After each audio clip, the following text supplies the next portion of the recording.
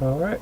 So I'm here with Kevin from Kevin Nontradicath channel, and I was on his channel last week. We had a good dialogue, and now he's on my channel. And I linked the link in the video to that discussion in his channel, so you should check his channel out. He does similar type content, but from a skeptical Catholicism type perspective, I guess. But if you want to share about your channel or whatever you have going on. Yeah, so I guess my background in like as few words as possible is that I grew up traditionalist Catholic in the FSSP. My grandparents founded the FSSP church that I grew up in. I was pretty devout Catholic for most of my life still. It wasn't until college that I really started questioning things.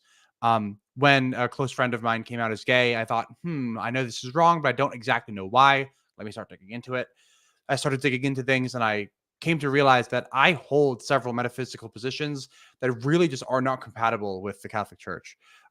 So I continued to dig into those things and I realized that my credence in these certain metaphysical positions was higher than that Catholicism was true. So I wound up abandoning, at least calling myself a Catholic, in light of these metaphysical positions that I do hold. Um, Other things happened at the same time, as in like I was starting to get into some biblical criticism stuff, and I was starting to like biblical criticism helped to lower my credence in Catholicism. But I think that today's discussion we're going to be primarily focusing on like Catholic metaphysics, kind of. So that's my background in as few words as possible, and I'm happy to go into like my Catholic credentials if we if we need to. But I think for now it's probably suffice to say my confirmation saint is Saint John Vianney, because I thought I was going to be a priest. So that should be like good enough for my Catholic credentials. Yeah, and you have a lot of videos critiquing, at least traditional Catholic metaphysics, which, I don't know if there's anybody else in the YouTube philosophy sphere that's doing that, so I find it interesting. Usually it's like atheism, theism, or, specifics about Christian theology or Catholic Protestant stuff, but yeah, I mean, I do think it's a challenge that now I don't wed Catholicism with like Aristotelian metaphysics, but a lot of traditional Catholics do, so I do understand. And there are some difficulties, I suppose, if one gives up that type of picture, so I guess that's what we'll get into. So, I guess we'll just start with the first one. So, if I've spelled it right, Myriology. Yeah. Um, and now to distinguish, like some people, when they hear the term, they're thinking Mariology, like the doctrine about Mary, but it's Myriology is dealing with metaphysical discussion about parts, whole relations, and all of that. So, if you want to like break down your position on that and kind of your concerns with Catholic metaphysics and teachings. Yeah, sounds good. So mereology is the study of parts and parthood relations. Um, I'm going to argue that in Catholic philosophy, at least traditional Catholic philosophy, including traditional Catholic moral teaching, there is an assumption that I'm going to call medieval mereology is correct. Medieval mereology is the most accurate understanding of parthood relations. I'm then going to argue that medieval mereology is not an accurate understanding of parthood relations. And then lastly, I'm going to try to lay out some stakes. Just if a Catholic does come to accept mereological nihilism, like I do, I'm going to argue that that Catholic is going to wind up having some pretty serious issues with things that are pretty core to Catholicism, at least traditional Catholicism. Okay. A syllogism might look something like this. Premise one: if medieval mereology is an inaccurate understanding of our universe, then the Catholic Church is false. An alternate way to phrase premise one could be something like this: if nihilistic mereology, or at least some kind of like moderate restricted composition view of mereology, is more accurate than a medieval mereology view, then the Catholic Church is false. Okay, so that's premise one. Premise two: medieval mereology is indeed an inaccurate understanding of the universe. Conclusion: the Catholic Church is false. Um, I'm going to defend premise two first, and then I'll move back into premise one. I think premise one is going to require a lot more discussion than premise two. So, um, premise two stated that medieval mereology is an inaccurate understanding of the universe, or perhaps alternatively stated, mereological nihilism is a more accurate understanding of the universe. Okay. Let's start with some Catholic medieval philosophers and what they believed about parthood relations. I'm going to focus primarily on St. Thomas Aquinas. So there's an essay that I read. It was published. Now, when I say I read it, I read the abstract because the essay was $45. I didn't feel like paying for it. But in the abstract of the essay, titled The Myriology of Thomas Aquinas, published in February 2021, the author states that until the 20th century, myriology was generally not recognized as a distinct domain of philosophy. So Aquinas, like most of his contemporaries, has no single systematic treatment of it as a topic in its own right. However, a cohesive account of part-whole relations can be pieced together from the various metaphysical, ethical, and theological contexts in which Aquinas deals with myriological issues. So all of this to say, Thomas Aquinas never straight up says like, oh yeah, like nihilist, like being a nihilist about myriology is false.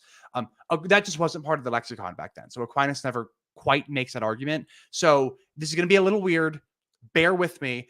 I'm still going to argue that Aquinas would reject myriological nihilism if somebody appeared to him back in the 13th century and said like, hey, look, this is what myriological nihilism is. Do you accept it or reject it? I think he'd say he'd reject it. So medieval philosophers, scientists, and thinkers classified wholes, things that are not malformed, as either being continuous or contiguous. Continuous or contiguous. Contiguous wholes consist of parts that are discrete but spatially close together. Whether an item is continuous or contiguous, that is to say, whether an item is a continuous whole or a contiguous whole, will depend on certain metaphysical commitments. Aquinas believed that only substances are continuous wholes. All other wholes are contiguous. In the Summa, question 76, article 8, Aquinas states that, quote, for since a whole consists of parts, a form of the whole which does not give existence to each of the parts of the body is a form consisting in composition and order, such as the form of a house, and such a form is accidental. But the soul is a substantial form. Therefore, it must be the form and the act, not only of the whole, but also of each part. So the form of the house is accidental, but the soul is not, the soul's form is not accidental. It's substantial, according to Aquinas. Earlier in the same section of the Summa, Aquinas writes, since the soul is united to the body as its form, it must necessarily be in the whole body and in each part thereof. Therefore, it is not an accidental form, but a substantial form of the body. In a rough summary, accidental forms merely order and arrange the parts of the wholes, while substantial forms are essential elements of the thing. The human soul inheres in the hands of the human. And if the hands of the human are removed, it's not like the soul is gone. The soul is still there. By contrast, when the form of a car is removed from the items that make up the car, many of these items would still be car parts, but the car wouldn't necessarily be there, for example. Okay, so now that we have some kind of base level understanding of like medieval myriology, this is how Aquinas and other medieval thinkers thought about myriology. Let's kind of move into more modern myriology. So there's several ways in which modern philosophers look at parthood relations, but the most predominant seems to be the myriological nihilists. There's a few non-nihilists. I'll touch on them briefly, but I count myself among the nihilists, even though myriological nihilism seems to be not a super common view among philosophers, but it is a very common view among scientists, interestingly enough.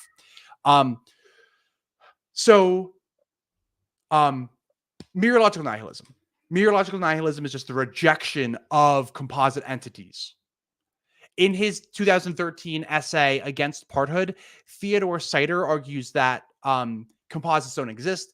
He says, consider three subatomic particles, A, B, and C, arranged in a triangular pattern. According to some, there exists a fourth thing, this triangle T. But the myriological nihilist is going to say, no. The only things that exist are A, B, and C. That triangle that exists as a composite of A, B, and C doesn't really exist. Only A, B, and C exist. Sider would argue that the triangle doesn't exist. But what the triangle is it's simply A, B, and C arranged in a certain pattern, arranged in a triangular pattern. This view appears to be the most simple view to me and the most elegant, and therefore I accept this view. Um, if I am to hold mereological nihilism, then I do not need to account for anything beyond the existence of these simples. The simples, we don't know exactly what they are, but they are the simplest form of existence. Once we believed the simples to be like atoms and then quarks, and now we think maybe they're fields. It doesn't really matter. But if we want to posit the fewest things with some kind of brute existence, it seems to me that I ought to be a nihilist when it comes to mereology. While the nihilist accepts that only the simples have true existence, the non-nihilist must posit the existence of these composite objects. They must posit the existence of that triangle called T, in addition to A, B, and C, in the words of Theodore Sider. So why would anyone want to take on the additional burden of positing these composite entities? Well, because it seems intuitive. It seems intuitive that this triangle of A, B, and C exists. The medieval philosophers would say that you really do exist, while modern philosophers who accept mereological nihilism would deny that you, strictly speaking, exist. What really does exist are the mereological simples that make you up, and they are arranged you-wise. But strictly speaking, you don't exist. There are modern scientists, philosophers who want to try to marry these things. There's an interesting essay called The Mereology of Thermodynamic Equilibrium, which tries to argue that we can kind of make a picture of mereology based on thermodynamics. That was published in 2021. Interesting. There was another one that was called Bound States and the Special Composition Question, published in 2017, that tries to argue that physical bonding, like covalent bonds and ionic bonds, could kind of give us like a mereological picture instead of thermodynamics. Again, interesting, but whether modern philosophers think that the special composition question can be solved by physical chemistry, thermochemistry, or that it can't be solved at all of these are very distinctly different than the medieval philosophy view. Let me pause right there real quick and just see if you've got any like quick questions for me before I move on. I've got like a little bit left. I just don't want to like lose anybody. No, that's fine. So just to summarize for the audience, like mereological nihilism would be the view that basically there are just simples, and simples make arrangements that we might view as a larger whole, but that larger whole doesn't, strictly speaking, exist. So something like that. Exactly. Yeah, perfect. Okay. So none of this is probably that controversial yet. This was all premise 2. But if you recall, my premise 1 stated if medieval mereology is false, then the Catholic Church is false. That's a pretty bold claim, and not one that should, nobody should just accept this at face value. So I expect the most back and forth to happen about this premise. So I'm going to argue that the Catholic Church requires that medieval mereology is true, and that being a nihilist about mereology would be false. We've already talked about some souls as being animating principles. That's the definition in the Catholic Encyclopedia for what a soul is, and that these souls would have some kind of brute existence. That's like a mereologically simple thing. If this is the case, though, then mereological nihilism would define the soul out of existence unless the Catholic wanted to argue that like the soul particle is like a thing that like exists or something, or like a soul field perhaps. And it exists in some kind of like really brute way, in the same way that like, the other simples exist. And for some reason, this simple would have to be entirely undetectable, unlike the other simples. And I don't think that Catholics really tend to make these arguments that like the soul is like this mereologically simple entity like atoms and stuff like that. Catholics just don't seem to really think this way about souls. They might agree that a soul has no parts, but if I say then, so do you think a soul is mereologically simple, akin to, for instance, an atom? Understanding that atoms are not mereologically simple, but just bear with me on the example. Then the Catholic normally balks at that. The Catholic normally says like, well, I don't think they're quite like atoms. And if that's the case, then like I'm not really sure what the soul is. Like it almost must be mereologically simple, but if it's like entirely undetectable, that kind of seems like we have no way of knowing that it's a simple, kind of. So that seems like a problem for me too. Um, but I think that there's like a bigger problem than just the whole soul thing. Um, and that's that I think that some Catholic moral teaching would face some pretty serious problems from mereological nihilism being true. So if only mereological simples exist, then strictly speaking, persons do not exist. Only mereological simples arranged person wise. If this is the case, then a lot of Catholic moral teaching, such as like, human persons have inherent dignity and stuff like that, that seems like really difficult to parse with some kind of mereological nihilism, which would say that human persons, strictly speaking, do not exist. So if human persons don't exist, then what is it exactly that has this inherent dignity? I don't know. That seems like a pretty tough thing to kind of to wrestle with. So I think that like that one moral example and then that one kind of more like theological example, I think are probably good for now. And I think that those two examples should give a Catholic pause before they just accept mereological nihilism. Because I don't think that mereological nihilism is super simpatico with Catholic metaphysics. I have some like potential defeaters to the things that I listed very quickly. Like one potential defeater could be that so mereological nihilism is true, but souls are mereologically simple. And again, my response there would be kind of something like, well, how do we back this up?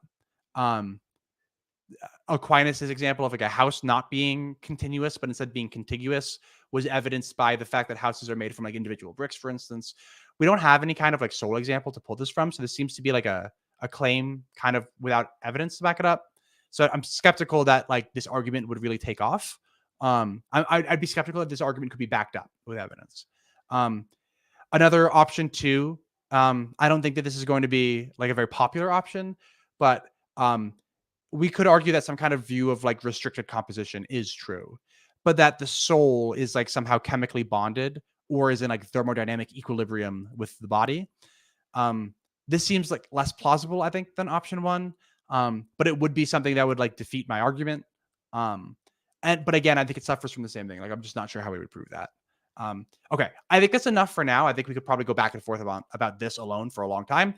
But I think that mereological nihilism poses some real problems for somebody who wants to be a Catholic. What do you think? Yeah, so I'm kind of surprised at the examples that you brought up, because usually you're bringing up transubstantiation and the Eucharist, which to me is the more apparent difficulty. But yeah, I mean, these other ones can be argued as well. I mean, so I don't know if mereological nihilism is true or not, but I think it, as I've told you before, I think it seems plausible. Like with the material thing, at least, is a chair more than just the particles that are arranged chairwise? I mean, I don't know. It seems plausible that it's just particles in our senses, perceive it as a solidified object, or a composite object. So when we call that a chair, and I mean, I don't know that there is anything more to it than that. When it comes to something like a soul, so like the church, so like there is some difficulty, because like with Aquinas, so like holding an Aristotelian holomorphic conception, that there's the form of the body, and then there's the prime matter, and that composite makes up the human being. But then there was debate like, well, how can there be a soul that exists beyond the body? And so, I mean, setting that aside, I mean, I think the soul is a simple. I think it's an immaterial simple, and it does serve as the form of the body. It serves as the form of the body as being a unifying principle or source, and I think that's in line with current church language. So I mean, I don't see a need to commit to holomorphism or anything like that. Like the soul causally is united to the body. It does give the body life and rationality and such, but I don't see why the soul couldn't be a simple. The ultimate simples we can't detect, so the soul wouldn't be, I wouldn't call it a material simple, although defining matter, I would define matter as something that's spatial, so I wouldn't, really spatially detectable. I wouldn't say a soul is spatially detectable, so we can't empirically detect it, but I don't see what stops it from being a simple, or why it would need to be empirically detectable. So that would be my response. there. And I guess just to piggyback on your other concern about inherent dignity, if a soul can be a simple, I don't see why it can't also be a person, and why persons can't also have inherent dignity. So I just see them all working. I don't see a problem with the whole thing. Yeah. So, I'm going to work backwards, I think. So you said you're not sure why persons can't have like inherent dignity. Um, I don't think I see a problem with somebody like a Catholic wanting to say that, or anybody wanting to say that um, the collection of mereological simples arranged people wise have dignity. Cool. I'm on board with that. Um, but starting to talk about inherent dignity on something that like doesn't strictly speaking exist seems like a little weird to me. Um, and I'm like not really sure how to make sense of that. Like I would have to be like pretty creative with my interpretation of what the church means when the church talks about like human persons. If I was a mereological nihilist, does that make sense? Like, you know what I mean? Yeah, it makes sense, but I'm just wondering like what the difficulty is. Like if a soul is a person and a soul is a simple, there are persons. Persons just are souls, and persons are simples too. And simples can have inherent dignity. A particle doesn't, but a soul does. So I don't see what the conflict would be. Yeah, this would be another point of contention with Catholic teaching, I think. So the Catholic Church doesn't teach that a human person is just a soul. It also doesn't teach that a human person is just a body. The Catholic Church teaches that the human person is the union of body and soul. So even calling a soul as a mereologically simple, just a mereological symbol, doesn't really solve the person problem as far as I can tell. Because if the body is still not like a mereological symbol as well, then what exactly are we talking about being a person when we're using the Catholic definition of what a person is? Yeah, so I would push back there because like God is three persons even before he unites with the physical body. So like I would say, yeah, a particle on its own is not a person, but a particle that comprises a human body, it's united to a person. I wouldn't call the body a person though. Like a disembodied soul in purgatory is a person. They're not their full human form because they're lacking their body, so they're lacking a essential component of their humanity, but they're still a human person, I would argue.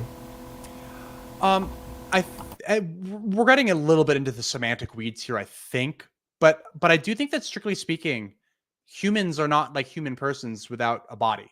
Um, that's why there are some people who like will argue that like the souls in purgatory and even to some extent the souls in heaven and hell right now are only like half awake. And they'll become like fully awake after the second coming of Jesus when we all get our bodies back. Um, but this might be semantic weeds a little bit. Um, but let me circle back to something that you said about human persons.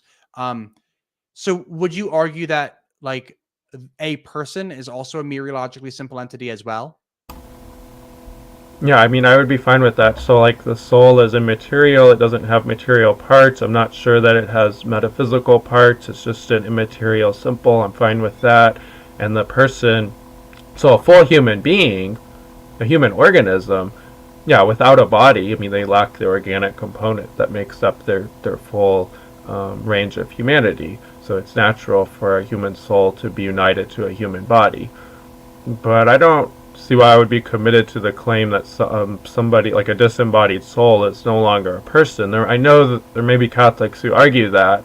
I guess if I saw a church teaching that said that, I would want to parse it out, but I don't know that I'd have to be committed to that because again, like I mean, Christ is the divine person, but before he has a human body, um, and I would think a soul in purgatory is still a human person. They just lack their full flourishing of their human nature. Yeah, yeah. So I guess my next question for you might be something like, um, you said something to the effect of like you don't have a problem with the idea of like a person being some kind of mereologically simple entity. So I guess my question here would be kind of, sure, you might not have a problem with that, but you might not also have a problem with like cell phones being mereologically simple entities. But you should have a problem with cell phones being mereologically simple entities because we can investigate that. So we can take a look at the cell phone and we can see, like, we can take it apart and we can find out that, oh, there's actually RAM and there's a processor and there's a screen and there's a video card and there's whatever else is inside of a phone. It's made up of parts. To the best of my knowledge, we just can't do that for things like souls and for things like persons. So there seems to be a pretty big difference between saying I don't have a problem with thinking that souls are mereologically simple versus souls are mereologically simple. The former just seems to be like, yeah, I don't really know. I'm kind of agnostic on it. The second is kind of like, no, I'm going to commit myself to the idea that souls are mereologically simple and they're not made up of any parts. But I'm not sure how we would be justified in saying that if we can't actually investigate souls at all. Does that make sense? You know, you understand? I mean, intuitively, I would say souls are mereologically simple, but I'm not going to commit myself to it because I could be wrong. Again, I'm agnostic on mereological nihilism and parts as a whole. Like, it's kind of murky. I don't have like a definitive dogmatic position, but I don't have a problem with it. Like, that's what I mean by I say I don't have a problem with it, is like that seems acceptable to me. I'm not going to commit myself like dogmatically to it because I don't see the need to, but I'm inclined to think that like anything immaterial I don't think has parts. And that's why I would say a person I think is the immaterial aspect of a being. So like a cell phone is not mereologically simple. It's made up of simples, but that's because it's made up of a bunch of material parts. Now the parts may be simple.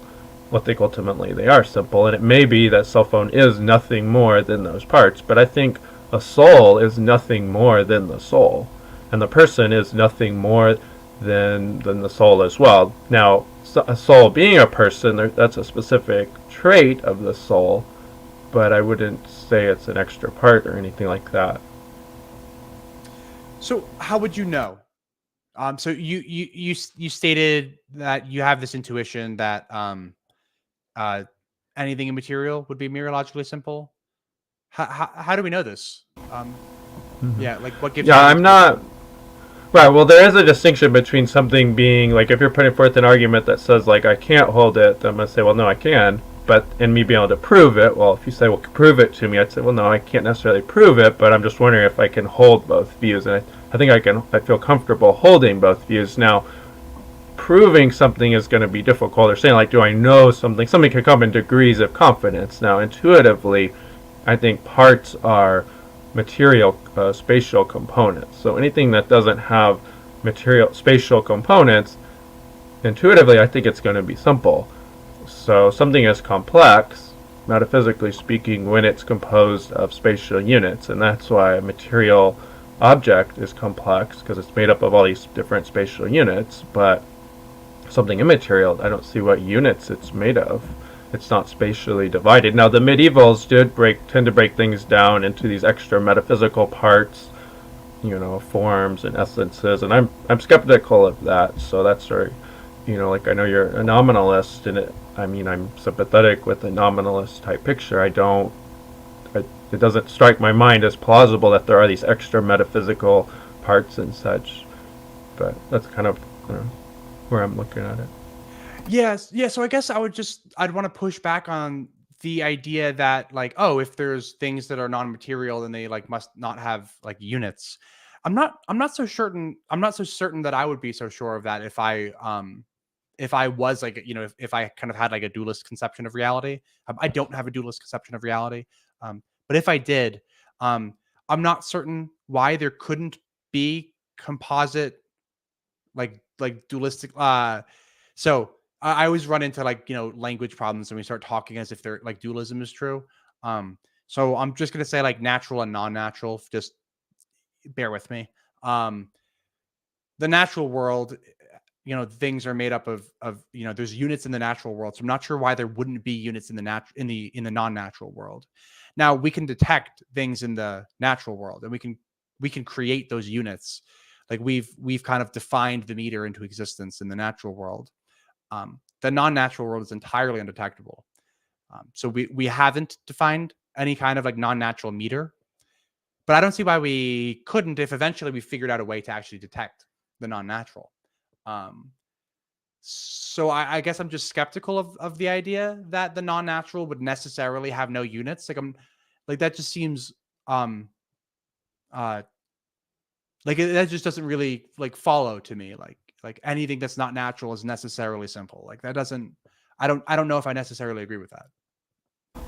Sure, I mean it's possible. Like I mean, yeah, you can argue like something could be spiritual or non-natural and made up of these different units. I'm not saying it's like analytically impossible, but I don't see a basis for thinking it's correct. But like, if the mere possibility that it's correct doesn't give me confidence in thinking it would be correct. And I guess I'm wondering if there's a conflict. If I'm wondering if there's a conflict between embracing something like myological nihilism and embracing Catholic theology and metaphysics, I'm going to say no, there's not. And if the rejoinder is, well, there could be these immaterial units, and then there's no persons, and then I would just be like, I don't have confidence that that alternative is the case, so I'm going to go with this other picture of things. Yeah. I guess my question is, so let's see, maybe I'm going to say something and see if you agree with it. For the Catholic to accept mereological nihilism, the Catholic is going to have to make some assertions that something like personhood or persons are a mereologically simple entity. That claim is not something that can be backed up empirically, but the Catholic is just going to kind of have to accept that claim anyway if the Catholic wants to hold mereological nihilism. Right, yeah. I mean, if you're committed to mereological nihilism, you're going to be committed to the claim that everything is simple. So you're going to be committed to the claim that, yeah, they're persons and they're simple as well. I mean, I don't see a problem with that. Yeah, because the Catholic can't say that persons don't exist. Right, I would agree with that. Yeah. Now, cashing out what person means is going to be difficult. I mean, that's a huge philosophical debate. And, yeah, I mean, that'll get us into another topic. But yeah, I agree. The Catholic does need to embrace that there are persons. God is one being and three persons. He creates individual persons. So, yeah. Cool. I'm happy to move on to the next one if you think that's kind of like a good place to put a pin in. Yeah. Okay, cool. So the next one was teleology. So teleology comes from the Greek word telos, meaning end or purpose. So teleology is like the study of ends or purposes, kind of. But where teleology really comes from, it's the fourth cause of Aristotle's four causes. So Aristotle would say that things happen for four different reasons. The fourth of those four reasons is the final cause or the end or the purpose of that thing. There's different kinds of teloi. That's the plural of telos. There are intrinsic and extrinsic teloi. So a hammer might have an extrinsic teloi because the hammer doesn't necessarily have like an intrinsic purpose, but it has an extrinsic purpose, which is to hit nails or whatever. That purpose is imbued into it by us thinking agents, but it's not like it's not part of the natural world. But there are these teloi that are inbuilt to the natural world. So for instance, an acorn has the end or purpose of growing into an acorn tree. So that is not an extrinsic telos, that's an intrinsic telos. That's what teleology is. I'm going to argue that Catholic moral teaching relies upon teleology being true. I'm going to further argue that teleology is false. And so if you think that teleology is false, I think that that's going to give you a really hard time accepting some Catholic moral teachings specifically. So I'm going to quickly unpack this one. I'll promise that this one will be quicker than the first one. Catholic, so premise one might be something like Catholic teaching relies upon teleology being true. I think that Catholic sexual ethics is like a really clear example of this being the case. I don't think that I need to spend a whole lot of time on this, and I don't think it's super controversial. But the whole purpose that the church has for its rulings on things like non-heterosexual relationships and contraception is entirely teleological in nature. So I think that's probably enough. I don't think I need to get into the details. But I think that's enough to support some kind of premise. I might say like something like the Catholic Church relies upon teleology for its moral teachings. Okay.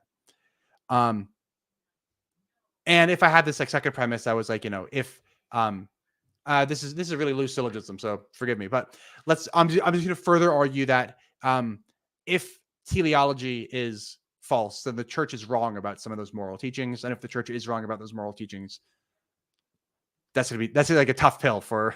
Does this seem fair? I'm just saying, like, if teleology doesn't exist, Catholicism's false. Teleology doesn't exist, Catholicism's false. Okay. Yeah, that's totally perfect. Premise one, I'm going to support through the Catholic moral teachings around like contraception and stuff like that. But premise two, just being teleology is false. That's going to require a little bit of unpacking. And I will admit that this is something that's like hotly debated even today. So I'm going to present my opinion, but there are tons of smarter people than I am who disagree with me. And, there's tons of way smarter people than I am who are going to agree with what I'm about to say. But anyway, here we go. So I'm going to quote from a 2008 article called Aristotle on Teleology from the Oxford University Press. This is specifically from pages 23 and 24. The received intellectual tradition has it that in the 16th and 17th centuries, revolutionary philosophers began to curtail and reject the teleology of the medieval and scholastic Aristotelians, abandoning final causes in favor of a purely mechanistic model of the universe. So Aristotle on Teleology, 2008, lays out, hey, look, this is not popular. This is not nearly as popular as it used to be. I think that this is in particular true in physics and chemistry. I think that this is less true in biology and way less true in philosophy. But if you know anything about me, I'm an engineer by education, so I'm going to be obviously I'm going to be on the side of the chemists and physicists rather than the biologists, and then definitely the philosophers. So let me unpack this a little bit more. Biologists and philosophers have been questioning the legitimacy of teleological notions in biology. Teleology existed within biology for considerably longer than it existed in physics and chemistry. In physics and chemistry, I think that the author of Aristotle on Teleology is spot on. Teleology has not been part of the scientific conversation in chemistry and physics since really the Enlightenment. Like, it's been gone from physics and chemistry. That's not the case in biology. But recently, that is kind of actually becoming the case. For instance, Ernst Mayr in 1988 identified these 4 reasons as to why teleological notions in biology are quite controversial. And keep in mind, this was in 88. So he says that the main problems are that teleological notions are vitalistic, meaning that they posit some kind of special life force that, as far as biologists can tell, doesn't actually exist. Number 2, they require backwards causation. What does he mean by that? Well, goal-oriented explanation seems to use future outcomes to explain present traits. That doesn't really make sense from like a physics perspective. Like, the causation just doesn't really line up. Number 3, teleological notions are just plain old incompatible with mechanistic explanations. When I say that they're incompatible, I mean that mechanistic explanations seem to exhaust all of causality. If mechanistic explanations do exhaust all of causality, then there's simply no room for teleology in the discussion anymore. And then number 4, these teleological explanations are often mentalistic, as in they attribute a mind where there is none, or at least they attribute agency where there is none. I think that this is in particular interesting when you consider the evolution of single-celled life. So somebody who wants to argue about teleology, like wants to argue in favor of teleology, would say that like these human cells these single-celled organisms behaved in certain ways because they had this telos to do so, but clearly no minds existed yet, unless this person wants to argue that like, oh, the mind of God was driving these single-celled organisms. And that might be a move that the Catholic wants to make, but regardless.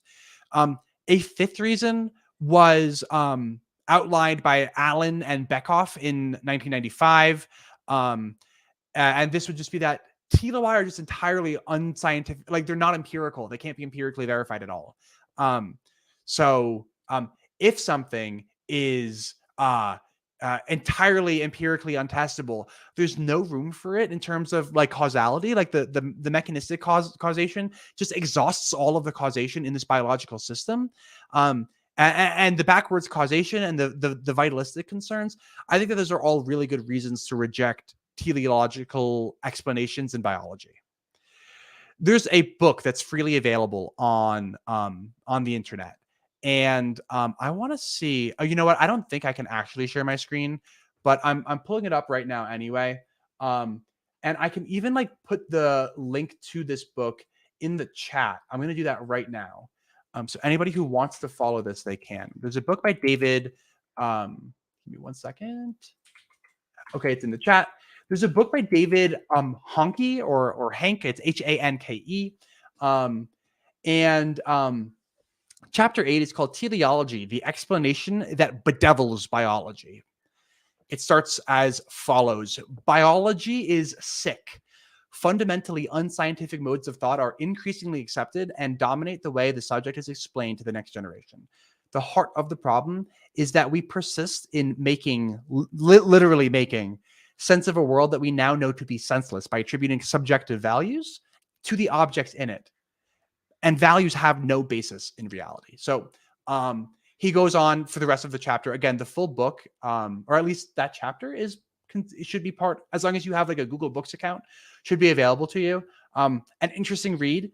But I think that all of these explanations should be enough for the scientifically minded person to reject teleology as something that like deserves a spot at the table during the scientific conversation. That leaves only philosophy left as like the real area in which teleology like has a footing. It still has a footing in biology, by the way. But if we reject teleology in biology, that really only leaves teleology in philosophy.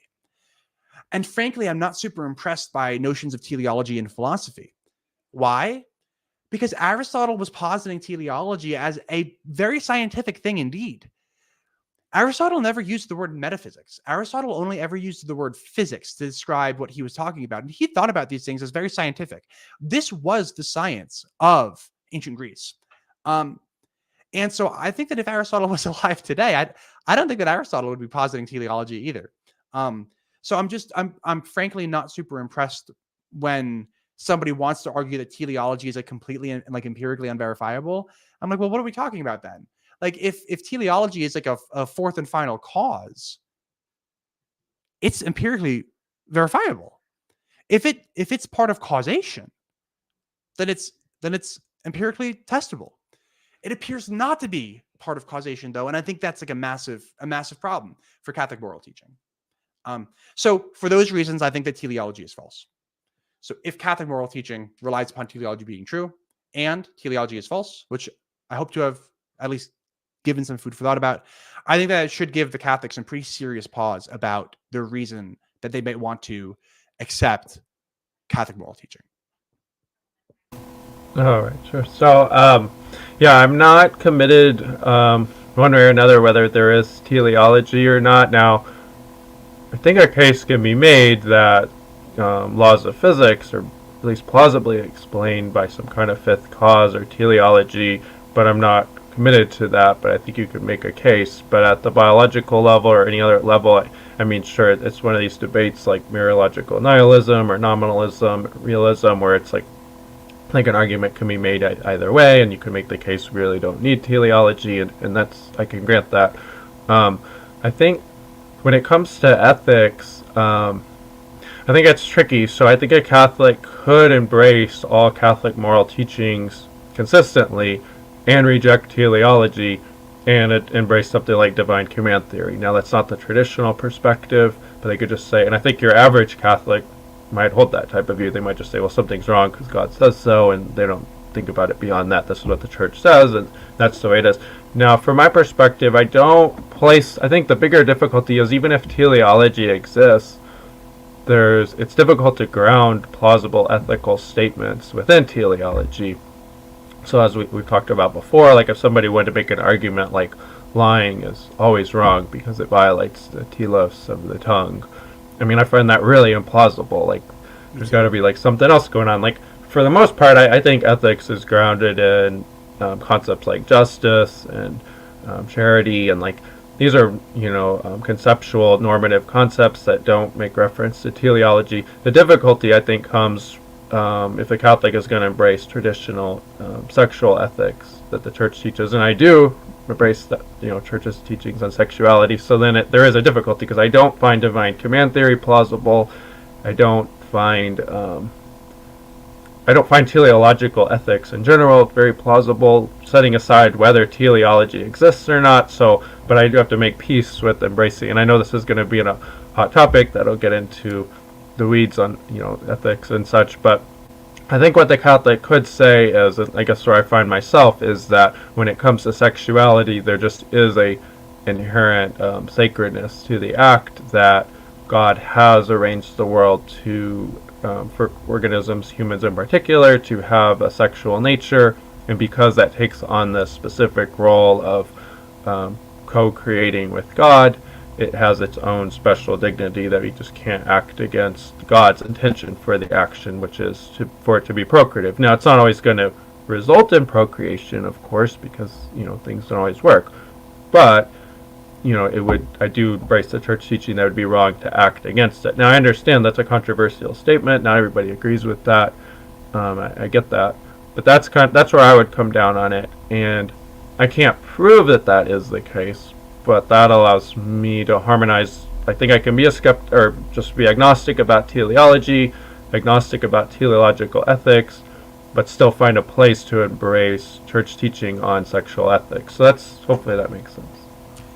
Yeah, I guess couple questions / just statements for you. So, I guess something that just kind of occurred to me right now is that the mereological nihilist would actually deny that the procreative act is actually creating anything at all. It's just reorganizing stuff that already exists. So the mereological nihilist is not going to be with you on the same page when they say that procreation. Well, it depends upon what you mean by creating. So if by creating one merely means organizing in a specific way, we could cash it out in that way. Of course, if the Catholic is going to say God creates a soul, the organisms wouldn't be creating the soul, but they would be participating in the grounds upon which God then infuses the soul. So there would still be a real creation in that sense. Even in the soul would still be a simple under the mereological nihilist perspective. So I would argue there still is a creation going on, even if it's different, than maybe it has to be cashed out. But anyways, go ahead. Yeah, I do agree that it would have to be cashed out. And also, Reese just put something in the chat, says, it seems that teleological reasoning follows once one accepts that goodness is convertible with being. I don't know if I necessarily understand the whole goodness being convertible with being point. But I do think that teleological reasoning is kind of like undergirded by some kind of like realism, like some kind of realism about like, well, I guess there's realism at large, like realism about like abstracta, but then like in particular, real like moral realism, I think does kind of like undergird like teleological reasoning. So a fair point about that. I'm just not sure if I understand the whole goodness being convertible with being. I'm not sure if I understand that. Yeah, I know what that means. Like the transcendentals are all convertible, like goodness, being, truth, goodness. They're all really converge as the same thing. And Interesting. I don't know that I fully grasp the argument that teleological reasoning would necessarily. I guess the argument would be like something achieves its end and achieves its the fullness of its nature, which is what it means for something to be good. And then if you accept that, then as long as something is achieving its being, it's also achieving its goodness. So it's kind of this whole picture. Again, I don't really find that. It doesn't really click with my mind to think that way, but I know Aristotelians, Thomists tend to speak that way. So yeah. And then I'm trying to just think back to some of the other things that you said there that I wanted to respond to about. You seem fairly open to the idea that teleology wouldn't be like teleology is false, but you hold on to Catholic sexual teaching, and you admit that. And please, if I'm putting words into your mouth, please do like tell me. No, I didn't say that, Kevin. But it seems to me like you're like sympathetic to the idea that maybe teleology is false, and if it is false, you seem to be like, yeah, that would be something that should give pause to the Catholic who wants to still accept Catholic moral teaching. But you yourself are orthodox in as much as you accept Catholic sexual teaching. And I want to ask you more about that. If you have this organization that is claiming that their reasoning is based on teleology, and yet you simultaneously hold that teleology is false, why would you accept the conclusion of the statement that the organization is clearly saying is based on teleology being true? Like, that seems to me to be like pretty good reason to reject the conclusion. Yeah. So I'm not inclined to think teleology is necessarily false, but I'm agnostic on it. Okay. But I am inclined to think there are difficulties, and even if you think teleology is true, in trying to ground ethics in it, at least broadly speaking. So that's more. I still agree. Yeah. Yeah. But I would question the claim that the Catholic Church predicates its ethics on teleology, on teleological ethics. So there are a lot of prominent Catholic ethicists like John Paul II who are theistic. What is the word? So personalism, not theistic personalism, but the ethics of personalism that doesn't ground itself in teleology. And I don't know that like the early church was necessarily doing such a thing. So there is this tradition that sexuality needs to be procreative. You can't thwart the procreative ends would be the more proper way to put it. And then that did get wedded with Aristotelian metaphysics, and that has been a running current. I don't know that that's like essential to church doctrine, though. That's been a running current as a way to explain why the church might teach that. And I would say maybe that's not the best way. And again, following somebody like I think like John Paul II, who is one of the most prominent voices in Catholic ethics, recent Catholic ethics and Catholic sexuality. I don't know that he embraced a teleological picture of ethics, and I think part of his project was to frame Catholic sexual ethics apart from that. I don't know if he rejected it, but that wasn't like his main argument. He tried to make these other kinds of arguments that can also, of course, some of those arguments are controversial, but the point is like I don't think Catholic theology has to be wedded to that. So I guess that prompts me to ask the question: How would the Catholic ground their moral theologies, specifically about the things for which the church clearly states that it's like teleological reasoning that got them there? How does the Catholic who rejects teleology ground that? Is this kind of an appeal to mystery? No, well, first off, I don't know that the church does ground it in they might use that language at times, but I don't know that you're going to find like the church says it is specifically because teleological ethics is correct. Now, maybe there's been church statements that have said that. I would want to see them, but because like I mean, if you look in the Catechism, it seems like the point is more these things are wrong, and then you know somebody's going to accept that or they're not.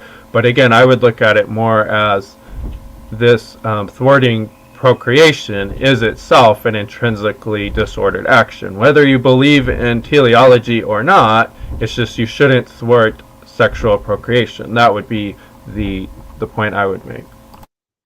Yeah, I'm pretty sure, and I'm not going to be able to pull it up right now, I don't think. But I'm pretty sure that like either like the Catechism or something like that does refer to any kind of sexual activity that's not procreative as being like it frustrates the end of the act. And so while you're definitely correct that like the church will never straight up says like, oh, hey, this is teleology, because the church doesn't do that. The church doesn't like define things in like these metaphysical terms, but it'll use the language. And so I'm fairly positive that the church has used like pretty objectively teleological language when describing their sexual ethic. Sorry, so I'm trying to look up an official statement. Yeah, and I don't doubt that there is a traditional that's been used. So like you will get some teleological sounding language. I think it's hard to avoid, but whether or not that predicates on like teleology being this metaphysical reality, or rather that is a useful way of speaking about an action. Like if you're going to say you shouldn't thwart the ends of a certain action, that is going to be a teleological sounding. But it doesn't necessarily mean you have to be a realist about teleology and subscribe to this wider metaphysical debate, is where I would push back on. Because again, I mean, there are theologians that don't take that view, that are traditional theologians, they would say, no, we find a different way to defend the church's teaching on this. We do think it's wrong to thwart procreation. But we're not going to say it's because teleology is real and because it's wrong to violate teleology. It's going to take a while to find the statements, but that would be kind of my position. But I mean, if there are statements that people want to post or whatever to look at, I mean, I'd be happy to do that. Yeah, and if anybody in chat wants to like bring something up, I'm happy to, be corrected if I need to be corrected and all that. But okay. I have one more topic. If you wanted to move on to one, I'm happy to kind of leave teleology here if you are. Okay, so this is the one that everybody saw coming because I'm just rebranding my channel to the Nominalism Show now. This is why I saved it for last. So this is the realism nominalism divide. So I'm going to keep this one super short, but I'm going to argue that the Catholic Church relies upon realism being true. If nominalism is true, then the Catholic Church is false. I think the prime example, and everybody saw this coming, is transubstantiation.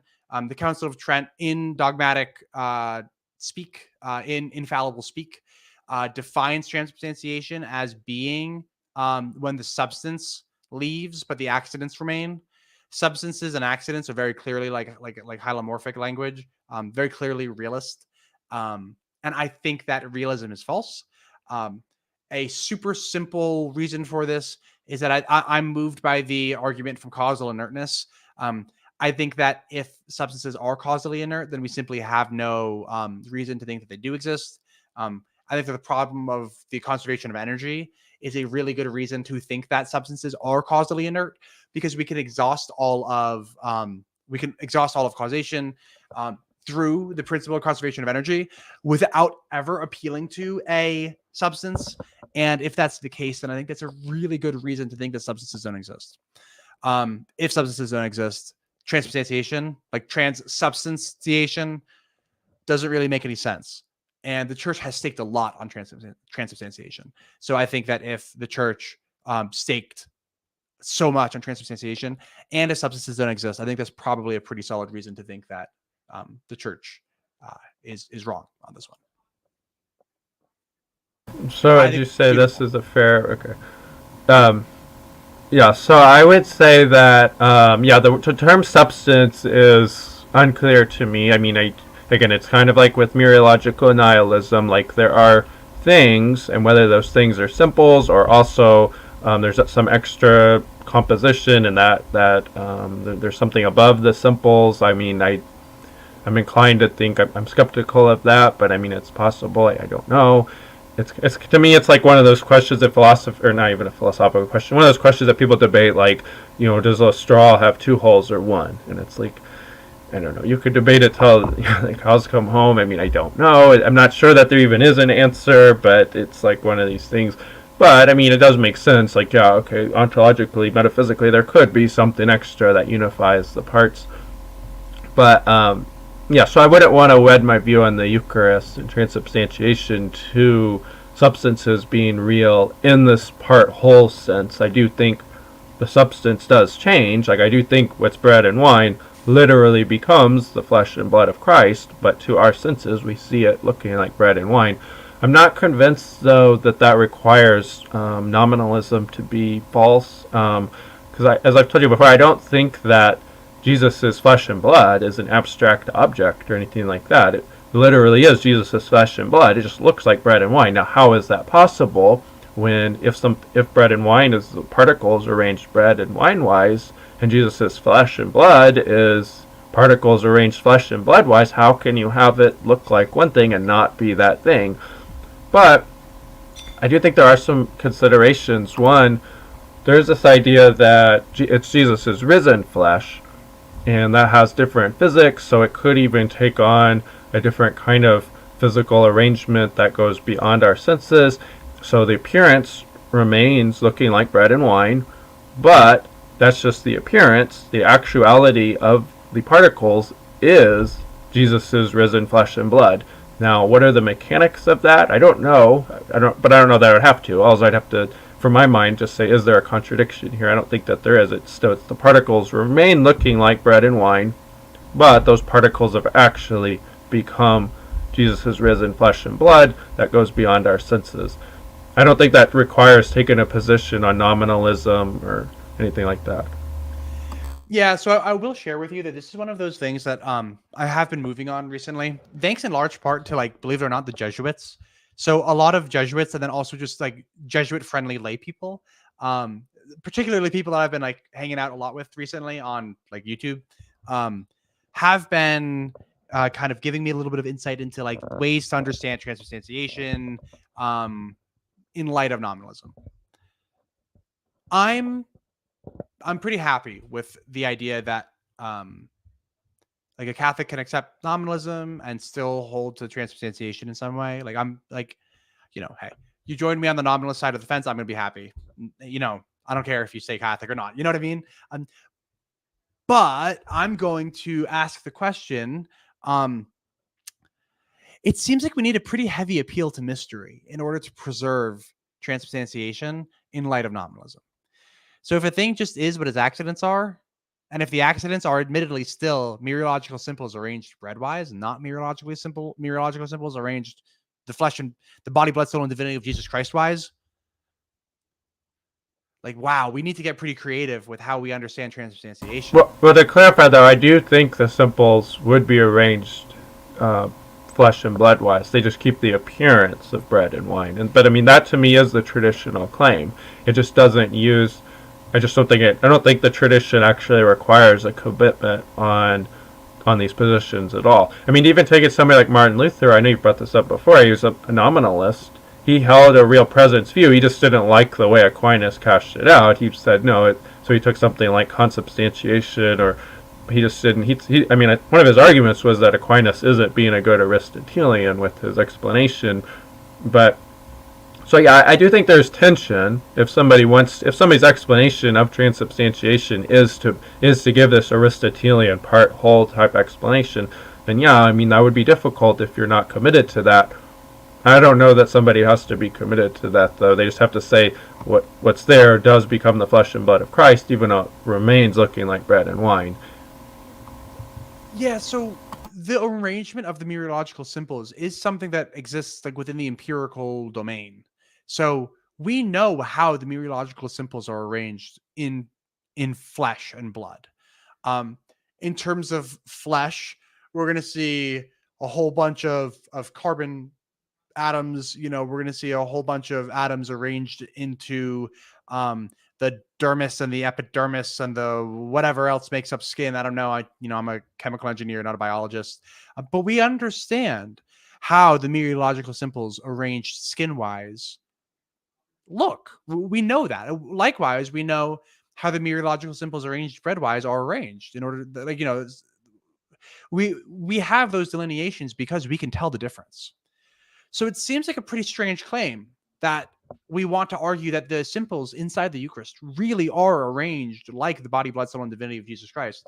But we can check. We can put it under a microscope and we can check. And most Catholics would agree that in like the vast majority of all instances, a host post-consecration will still be arranged breadwise. It will still have the accidents of bread.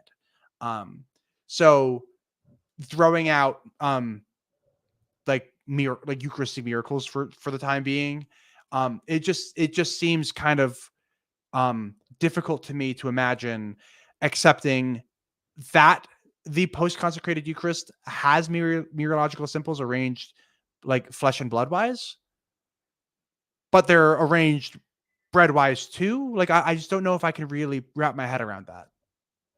So they appear to be arranged bread and wine wise, but that's the appearance. But the actuality is that they're not. Now, because I think that it's Christ's risen flesh, I don't know that the arrangement is the same type of compositional arrangement that, like flesh and blood, that we're acquainted with. But maybe it is. But again, it goes beyond so there is a distinction, I think, in this case of the appearance and what's actually there. And so it looks like it's arranged bread-wise, but it's not. It's maybe structurally, again, to our senses it is, but the actual ontology of it is that it's something else. and that's how I would look at it. Now, I guess the objection would be that it would seem like the objection would then have to assume that our senses have to be accurate about this, or have to be, or excuse me, I think our senses are accurate in what they, at least in what they're perceiving, but our senses can actually get beyond to the true ontology of something, and I don't think our senses could do that, or at least I don't see why we would be able to. Yeah, so just to avoid the whole like solipsism problem, I'm not gonna dwell too long on like are our senses reliable. Um, I'll only say that I think that um if we want to make any kind of claim like yeah, like I'm made of flesh, um that seems to me to be like an equal claim to want, or even like, hey, the bread that I ate, my toast for breakfast was bread. Like we should be equally as confident in making those claims as we should be when we look at the host and we like look at how the simples are arranged and we say that this is arranged breadwise. um and then I guess even further, I'm just not so certain that I understand how something could appear to be arranged one way but it's actually arranged a different way. Like um, I'm this isn't quite right, but I was like tempted to say something to the effect of like a thing's arrangement is the way that it appears to be arranged. Now that's not quite true because there's like optical illusions and stuff like that. Um, but if we have atoms that are arranged glucose wise, you know, unless there's some kind of like optical illusion going on, we're going to understand that those are arranged glucose wise. Um, So I'm just like not so certain that I understand how to. I don't think I can understand how something could appear to be arranged breadwise, but it is really arranged body and blood wise. Like I'm just not sure that I know what that means. Yeah, and the word arranged, I think, is a little bit opaque to my mind because it's like, in one sense, I agree, it's still arranged bread-wise. Again, if by arranged we're just meaning the empirical, it still is in the structure of the bread. But I still, I guess I want to still use the word arranged because if we're saying that is the ontology of it, I would say, yeah, it really is Christ's body and blood. We're not just like calling it his body and blood, and we're not saying it's just like, because like some people get, I know that's not going to be in your case, but some non-Catholics at least will think like, oh, so you're saying it's like the soul of Jesus, and it's like, well, no, I'm saying it's the flesh and blood of Jesus, but at the same time, it could have a different kind of dimensionality or physics to it than like when Jesus, walked the earth, and like you could see him in his flesh and blood. It could be, I know sometimes Catholics will appeal like, well, Jesus walked through walls after he was risen from the dead, maybe. And again, whether that argument has any bearing or not, I'm going to set that aside. But there could be a different kind of physicality of it. So like if I don't know if this analogy helps or not, but like if the simples really are like quantum fields, our senses pick out different objects, but the real simples actually go beyond our senses. So if the real simple actually is something that could go beyond our senses, it really is Jesus' flesh and blood, even though it continues to have this appearance that it's bread and wine. I don't know that there's a contradiction in that. I'm not saying that's how it works. I mean, so one explanation I think was on like the Catholic Encyclopedia is like maybe there's some like deeper energy, or it made some argument like that. I didn't really buy that, but I'm just wondering if some distinction like that could work. But anyways, that's where my thinking is at. Yeah, yeah. Maybe I'll end on like a point of agreement here and say that the mereological simples are absolutely beyond like unaided human observation for sure. I mean, humans can't even observe molecules, ourselves. Much We can only observe the largest of the single-celled organisms. Any single-celled organism smaller than the largest single-celled organisms are completely invisible to the human eye. Those single-celled organisms are made up of tons and tons of molecules, and those molecules are made up of atoms, and those atoms are made up of quarks, and even those quarks appear to be some kind of like fluctuation in some kind of field. So humans definitely cannot observe the most meteorologically simple thing for sure. 100% agreed there. I think that the big difference there though is that we've built devices that can detect it. So I'm just always kind of skeptical when somebody says that something might be like entirely undetectable even by like any kind of machine that a human could invent.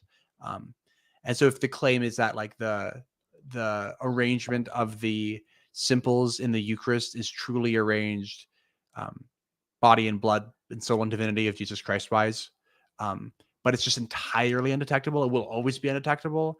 That's something that I'm just going to be pretty skeptical about just from the offset. Sure, yeah. I mean, if it was making an empirical claim, but if it's a logical, like if the objection is something logical or conceptual, though, I mean, yeah, if all the Catholic had to do is say, well, this just goes beyond what we can empirically detect. It seems like that was always the doctrine to begin with. If somebody say, well, I can't find Jesus' body and blood, it was like, well, yeah, you're right. It goes beyond our empirical tools. Yeah, and I've actually heard a lot of this is kind of the Jesuit thing that I was talking about earlier, was that the dogma is not transubstantiation. The dogma is the real presence. Transubstantiation was how a certain council tried to explain the dogma. Like, hey, the real presence is the thing. The way that we think that the real presence works is that the substance leaves and a new substance comes in, but the accidents remain the same. But all of that is kind of just how certain people, like frankly, a pre-enlightenment people, were trying to describe something in like as scientific language as they could, but they just didn't have access to the science that we have today. So if that exact same council was around today, they would still be talking about the real presence. They just wouldn't be talking about transubstantiation, since today we know the substances don't really exist. That's kind of like the Jesuit, like the post-Vatican II Jesuit move. And I respect that move a lot. I think it's like a really worthwhile project to try to update some older church sayings that are kind of couched in like these pre-enlightenment ideas. Yeah, and I guess I would be okay with saying transubstantiation is the dogma. It's just, I think it can be explained apart from a commitment to Aristotelian metaphysics. But I guess if that's what they're saying, then I would agree. Yeah. But yeah, we're at past an hour, so I'll let you share if you have anything else you want to talk about. But because it's probably also a good stopping point, I think we covered a lot of ground. I think we did, and that was the last of the three things that I just wanted to bring up as like metaphysical topics that I think pose some serious problems for the Catholic, especially for the traditional minded Catholic. Yeah, well, thanks for coming on. Yeah, this was fun. If people have any questions or comments or whatever, you can leave them on the video. I'll try to get to them. I'm sure Kevin will be happy to as well. So we'll have to talk again. Yeah, I will respond in the comments. Thanks for having me on. All right.